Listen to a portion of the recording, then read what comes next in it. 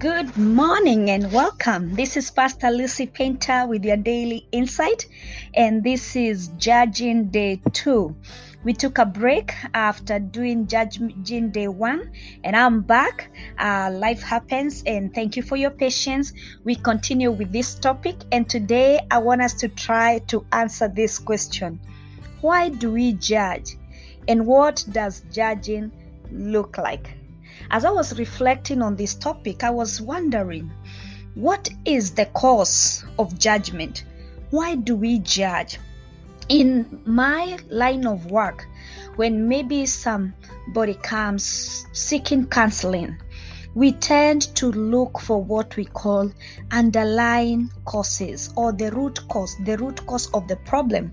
And that is what happens even when you go to the doctor's office and you say, I have these symptoms, and the doctor is going to try and figure out what is the root cause, what is causing these symptoms. And so I was trying to figure out, why do we judge? And so some of the things that I came up with is insecurity and pride. And pride, because it is easy for somebody to feel like they know more or they are better than the person they are judging. And insecurity, because sometimes it's possible to feel like the person you are judging is more better than you. So the sin of judgment is often rooted in insecurity and pride. So it is easy in our awkwardness to make a comment to the person beside us than it is to hold the judgment that is on our tongue. And our pride will tell us that judgment is okay because we are and know better than the other person. So that's what happens when we are proud. Pride is to think that you're better than the other person. So in essence, our insecurity and pride reveal the judgment of souls. And this is how our judgment is revealed. It is revealed through criticism. We criticize people. We gossip about them. We make assumptions of others. And God, in his infinite wisdom, he is not fazed by our judgmental heart. And in fact, God calls us out when we are judging, and we find that he called out Samuel.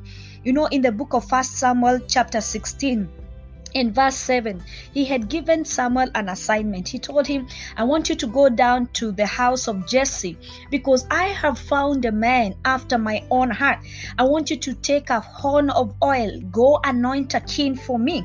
And Samuel, in his own wisdom, in his own understanding, he had the picture of what a king should look like.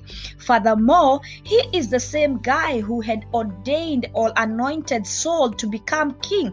And Saul was this tall, handsome guy who was very pleasant, and who was even the tallest guy, and he could lead armies to fight. And so in that way of thinking and in that frame of mind, when he went to the house of Jesse, and Jesse brought out his sons, he looked at the firstborn and he's like, oh, this one looks good. This one can make a good king. And the Lord said, no, not that one.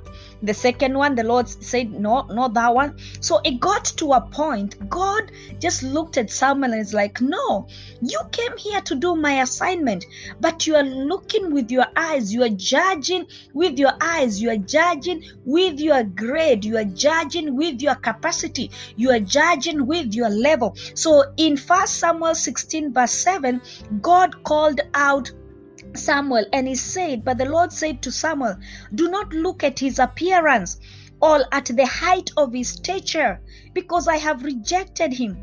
For God sees not as the man sees, for the man looks at the outward appearance, but the Lord looks at the heart.